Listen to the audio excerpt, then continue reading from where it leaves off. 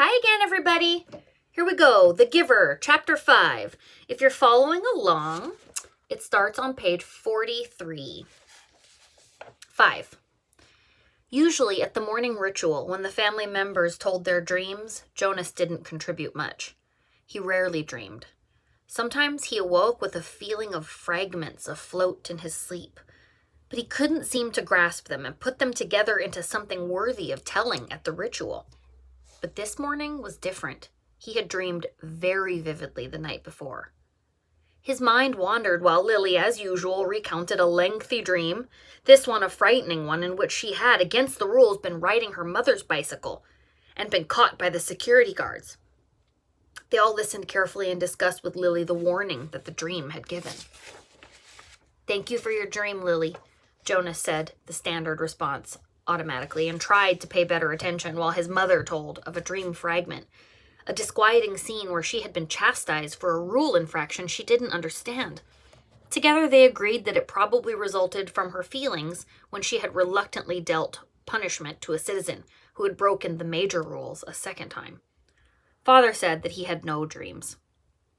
"Gabe?" Father asked, looking down at the basket where the new child lay gurgling after his feeding, ready to be taken back to the nurturing center for the day. They all laughed. Dream-telling began with threes. If new children dreamed, no one knew. "Jonas?" Mother asked. They always asked, though they knew how rarely Jonas had a dream to tell. "I did dream last night," Jonas told them. He shifted in his chair, frowning. "Good," Father said. "Tell us." "The details aren't clear, really," Jonas explained, trying to recreate the odd dream in his mind. "I think I was in the bathing room at the House of the Old." "That's where you were yesterday," Father pointed out. Jonas nodded, but it wasn't really the same. There was a tub in the dream, but only one, and the real bathing room has rows and rows of them. But the room in the dream was warm and damp, and I had taken off my tunic but hadn't put on the smock, so my chest was bare. I was perspiring because it was so warm. And Fiona was there, the way she was yesterday." "Asher too?" Mother asked. Jonas shook his head. "No, it was only me and Fiona alone in the room, standing beside the tub. She was laughing, but I wasn't. I was almost a little angry at her in the dream because she wasn't taking me seriously." "Seriously about what?" Lily asked. Jonas looked at his plate. For some reason that he didn't understand, he felt slightly embarrassed. "I think I was trying to convince her that she should get into the tub of water." He paused. He knew he had to tell it all, that it was not only all right, but necessary to tell all of a dream, so he forced himself to relate the part that made him uneasy. "I wanted her to take off her clothes and get into the tub," he explained quickly. "I wanted to bathe her. I had the sponge in my hand, but she wouldn't. She kept laughing and saying no." He looked up at his parents. "That's all," he said. "Can you describe the strongest feeling in your dream, son?" Father asked. Jonas thought about it.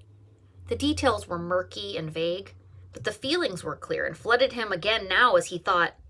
"The wanting?" he said.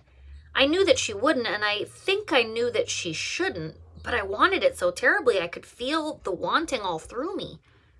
"Thank you for your dream, Jonas," Mother said after a moment. She glanced at Father. "Lily," Father said, "it's time to leave for school. Would you walk beside me this morning and keep an eye on the new child's basket? We want to be certain he doesn't wiggle himself loose." Jonas began to rise to collect his school books. He thought it surprising that they hadn't talked about his dream at length before the thank you. Perhaps they found it as confusing as he had. "Wait, Jonas," Mother said gently. "I'll write an apology to your instructor so that you won't have to speak one for being late." He sank back down into his chair, puzzled. He waved to Father and Lily as they left the dwelling, carrying Gabe in his basket.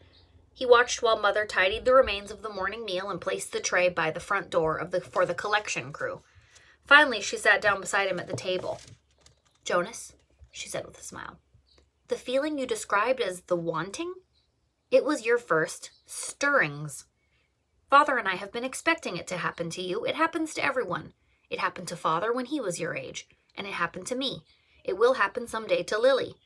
And very often," Mother added, "it begins with a dream." Stirrings. He had heard the word before. He remembered that there was a reference to the stirrings in the Book of Rules, though he didn't remember what it said, and now and then the speaker mentioned it. Attention! A reminder that stirrings must be reported in order for treatment to take place.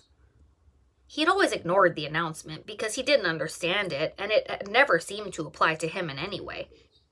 He ignored, as most citizens did, many of the commands and reminders read by the speaker. "Do I have to report it?" he asked his mother. She laughed. "You did, in the dream telling, that's enough." "But what about the treatment? The speaker says that treatment must take place." Jonas felt miserable. Just when the ceremony was about to happen, his ceremony of 12, would he have to go away someplace for treatment? Just because of a stupid dream? But his mother laughed again in a reassuring, affectionate way. No, she said. "It's just the pills. You're ready for the pills. That's all. That's the treatment for stirrings." Jonas brightened. He knew about the pills. His parents both took them each morning, and some of his friends did, he knew. Once he had been heading off to school with Asher, both of them on their bikes, when Asher's father had called from their dwelling doorway, "You forgot your pill, Asher!" Asher had groaned good-naturedly, turned his bike, and ridden back while Jonas waited. It was the sort of thing one didn't ask a friend about, because it might have fallen into that uncomfortable category of being different. Asher took a pill each morning. Jonas did not. Always better, less rude, to talk about things that were the same. Now he swallowed the pill that his mother handed him. "That's all?" he asked. "That's all," she replied, returning the bottle to the cupboard. "But you mustn't forget. I'll remind you for the first weeks, but then you must do it on your own. If you forget, the stirrings will come back. The dreams of stirrings will come back. Sometimes the dosage must be adjusted." "Asher takes them," Jonas confided. His mother nodded, unsurprised. "Many of your group mates probably do, the males at least, and they all will soon, females too." "How long will I have to take them?" "Until you enter the house of the old," she explained. "All of your adult life. But it becomes routine. After a while, you won't even pay much attention to it." She looked at her watch. "If you leave right now, you won't even be late for school. Hurry along. And thank you again, Jonas," she added as she went to the door, "for your dream." Pedaling rapidly down the path, Jonas felt oddly proud to have joined those who took the pill. For a moment, though, he remembered the dream again. The dream had felt pleasurable.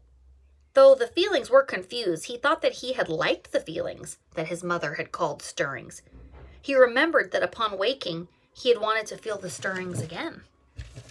Then, in the same way that his own dwelling slipped away behind him as he rounded a corner on his bicycle, the dream slipped away from his thoughts. Very briefly, a little guiltily, he tried to grasp it back. But the feelings had disappeared. The stirrings were gone.